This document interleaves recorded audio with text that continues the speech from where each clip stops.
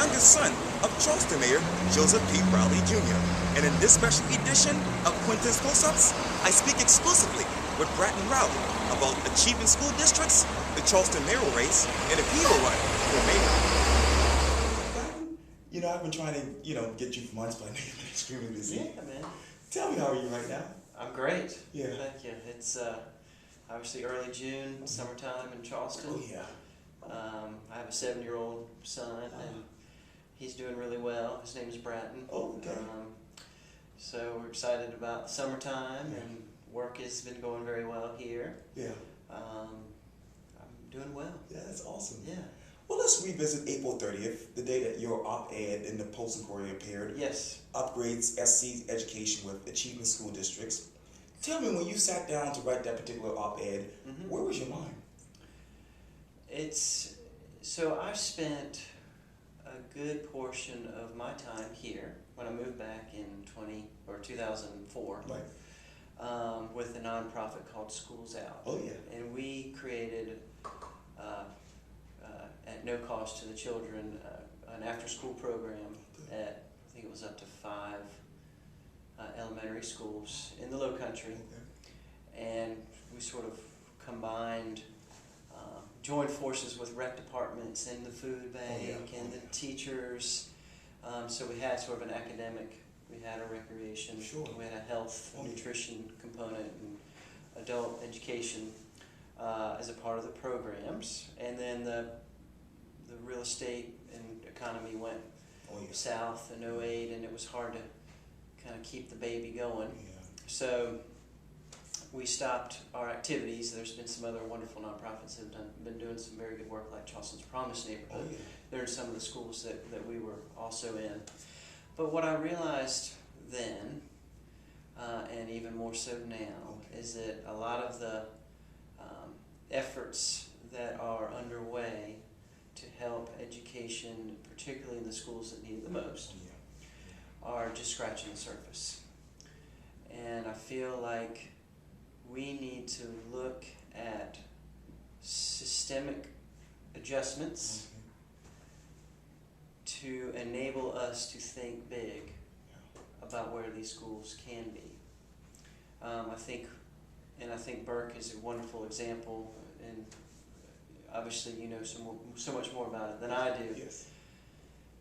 But it's kind of like we're mired in this culture of, we're doing okay. And I feel like the kids that grow up in the neighborhood that Burke High School serves should be able to compete with Wando and Academic Magnet and the other schools in terms of quality and what happens after they graduate. So I've been spending some time looking at models around the country because I'm not a wheel creator. Okay. I'd love to I'd like to take a model that works and embrace a model that works, so we're not having to recreate the wheel. And so in Tennessee and in Louisiana, and Georgia just passed a law, Texas is looking at it, Pennsylvania's looking at it, creating these achievement school districts where they put, how you put in certain criteria, you need to look at, but in Tennessee it's the bottom 5% performing public schools into what they call a priority district. Within that district they created the achievement school district with the objective of taking the bottom 5% schools and bring them up into the top 25% of schools in the state. Yeah.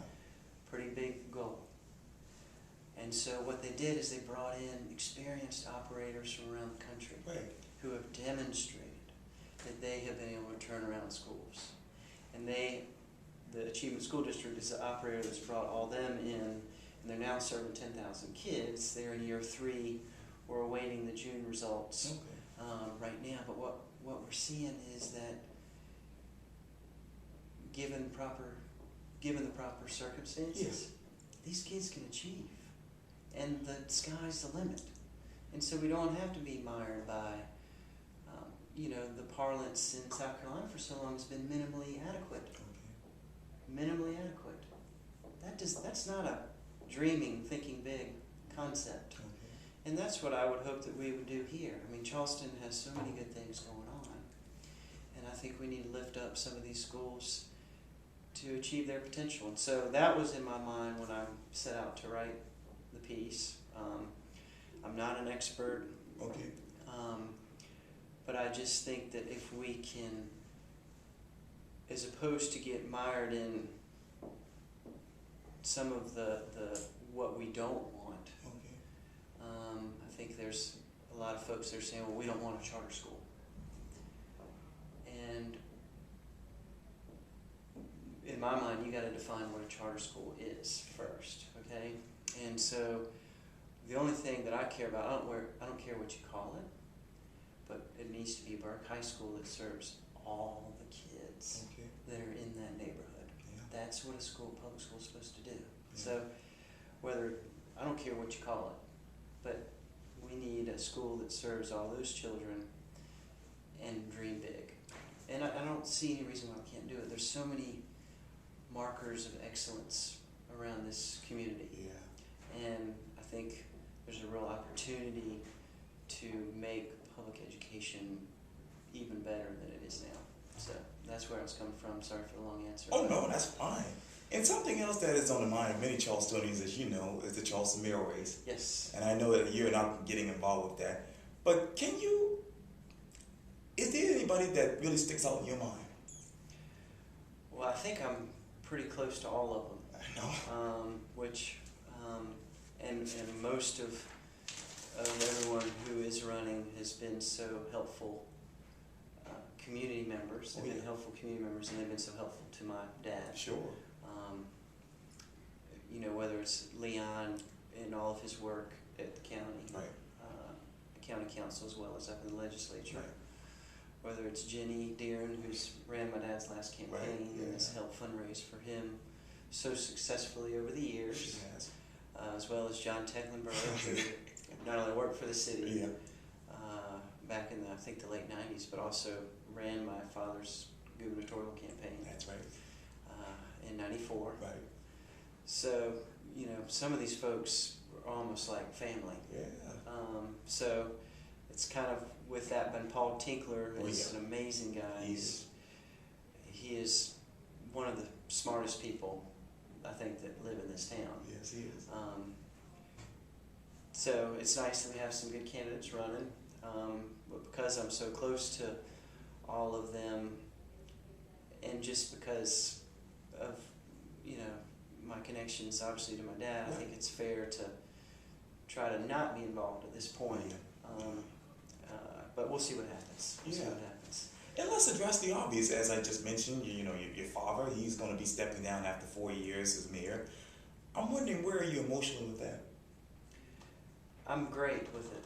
And the thing that I think a child worries the most about their parent when their parent is, you know, my father's certainly not going to be retiring. I see that. But certainly a major transition point is you want your parent to be comfortable with the transition point, because you anecdotally know, so you hear so often about folks that retire and then they become unhappy, and that unhappiness affects their health and their well-being, and so that's my biggest concern as his son, and I feel really good about where he is with all that. Wow. And I'm so proud of the Citadel Yes. for so thoughtfully putting together a concept of how Dad can get involved Oh, yeah. at the Citadel. I mean, it was a lot of great people coming together and thoughtfully putting together a plan for how he can help and how they can really help each other. Yeah. And it's so nice to know that he will be spending some time at his alma mater, which is a great school. Yeah. And so that's very comforting. And you know, I'm sure he'll be doing some other things with some other entities. But it's nice to know that that will be, you know, part of the landing Sure. spot for him. So I'm feeling good about it. You know, he is. I think he's working as hard today as he ever has. I've seen that. and you know, the mindset of I've got so much to do, Yeah. and I'm gonna go until the end, Hey. and I've got so little time. Time, yeah. It's hard to, I mean, putting myself in his shoes, you know, that tends to lend itself to a higher level of stress. Yeah. But that's part of the job. Yeah. But anyway, so he's doing good. I'm very happy with his potential, you know, his transition for sure. Sure. So, yeah. And let's talk about, you know, again, 40 years in office, and as you know, there's a lot of awards and accolades and recognition that he's actually getting right now. So I want to talk to you about the Jefferson Jackson dinner just happened recently in Columbia. Yeah, cool. It was a great event honoring my dad and others. Oh yeah. It was kind of I guess it was a lifetime achievement sort of embrace that the party did for him. And it was a very nice event, had some great speakers.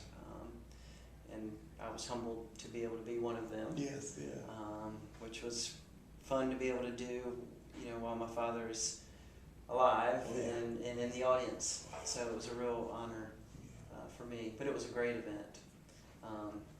And the head of the Democratic Party, Jamie Harrison, as he calls me, a brother from another mother. Oh. So he's great. I mean, I love him to death. So it was nice to be there with him as well. And Jim Clyburn. Of course, Jim Clyburn and Senator Warner was there. And so it was good. That is awesome. Some presidential candidates that are, you know, looking around and see if they're going to put their hat in.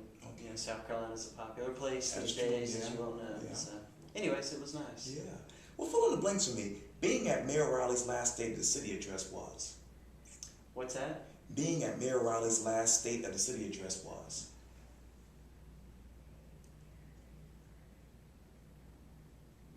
You know, I was both happy and sad, I guess, at the same time. Yeah. You know, I'm proud. Proud of all that he has done. Yeah. That he still has the same vigor of getting all these projects accomplished. So many. And I guess just maybe less sad, but just more reflective and trying to soak in these moments, realizing that this is the home stretch, so to speak. And just, you know, as I was looking around in that room, there's so many people that have done so much for this place. That were sitting in the audience, that were sitting around the city council table, and just, you know, I mean, so many people that have done so much. It's not just, you know, the old man that's been doing all this by himself. And it's been real teamwork and so many people that have given their careers to it alongside him. So it's just nice. I'm trying really hard to not take any of this for granted and try to really, you know, just be reflective about it all. And isn't it true that your mom attended the State of the City address for the first time? Wow. She did. Wow. What was that like? Well, it was nice to be with her there. You know, she's never sought public attention. Yeah, that's what I hear. And I admire her so much for that. Yeah. And that is just who she is, and it says a lot about her upbringing. And you know, she's a private person, and I can certainly relate to that. Sure. And, you know, my father has done such a great job over the years of sort of keeping the family life as private as he can. And you know, easier thing to do in the 80s when we were growing up, you know, and the 90s, but wasn't all the social media and everything else at the time. Now. But anyways, it was nice to have her there. And your favorite moment of Joe Riley in office is? Favorite moment, you know, that I can sort of, as I've been a little bit older, was probably when he stood at the State House steps after having walked from Charleston to Columbia. To garner support to bring the Confederate flag down, see all the people that were there, and it was filled up. Oh yeah, I remember. And it was a long walk. I tried to do as much as I could with him. I was in grad school at the time at USC. Right. And to just see, and just knowing what a civil rights hero he is, and to see a lot of that culminate with that very diverse backdrop of people that were there at the State House steps in the speech that he gave, and then soon thereafter the flag came down. Right. So that one would be hard to, there are many, but that one would be hard to beat. Yeah. Living in Brazil taught you? How to appreciate my culture. Yeah. You know, when you remove yourself from where you live, especially in a place, you know, I selected Brazil, and particularly Bahia and Salvador, Right. because Salvador is the second largest African city Right. in the world. That's true. And I chose that for a reason. But it was just so interesting to just immerse yourself somewhere that had a lot of similarities to the American South. Sure. But enable you to sort of reflect on what home is for you, and compare, you know, on multiple levels to what it's like somewhere else. Yeah, It was a wonderful experience. I had such a good time. I bet. Well, describe to me the following in one word. Chief Justice Gene Toll. Brilliant. Porter-Gaud. Got me into UVA. Yeah, that's a good school, by the way. Yeah. UVA. Yes. Enriching, fun, eye-opening. Yeah. Charleston Symphony. Lots of struggles and lots of successes in recent years, which I'm so proud of. The Gilliard Center. Excited. Yeah. Excited about the artistic opportunities, Yeah. but also the opportunities for children to be exposed to the arts, and not just exposed, but hopefully in a participatory way. Right. So yeah, I'm excited. Maybank Industries. It's fun and challenging. I see. Yeah. I have a great job here. Work with a great family, the Maybanks, of which there are many folks named Maybank in this town. Yeah. But they've given me a wonderful opportunity to try to develop new business here, help a little bit on the legal side, Okay. and be able to travel parts of the world and work on entrepreneurial projects. Sure. It's been a great time. I'm almost 11 years into it. Wow. So it's been a lot of fun. Fun, yeah. Your future? Ooh, it's a great question. Running for mayor? I don't have any plans. Oh, okay. But we'll see. I mean, it's not for me to Yeah. rule anything out. Sure. I love helping people. Sure. I think there are many ways to do so from the private sector, which I've done, Yeah. and look forward to doing. Sure. But who knows? Who knows? That is awesome. Yeah. Well, Bratton Riley, this was so great. Thank you so much for your time. Thank you so much. I It's so appreciate nice it. to be with you, Quintin. You too.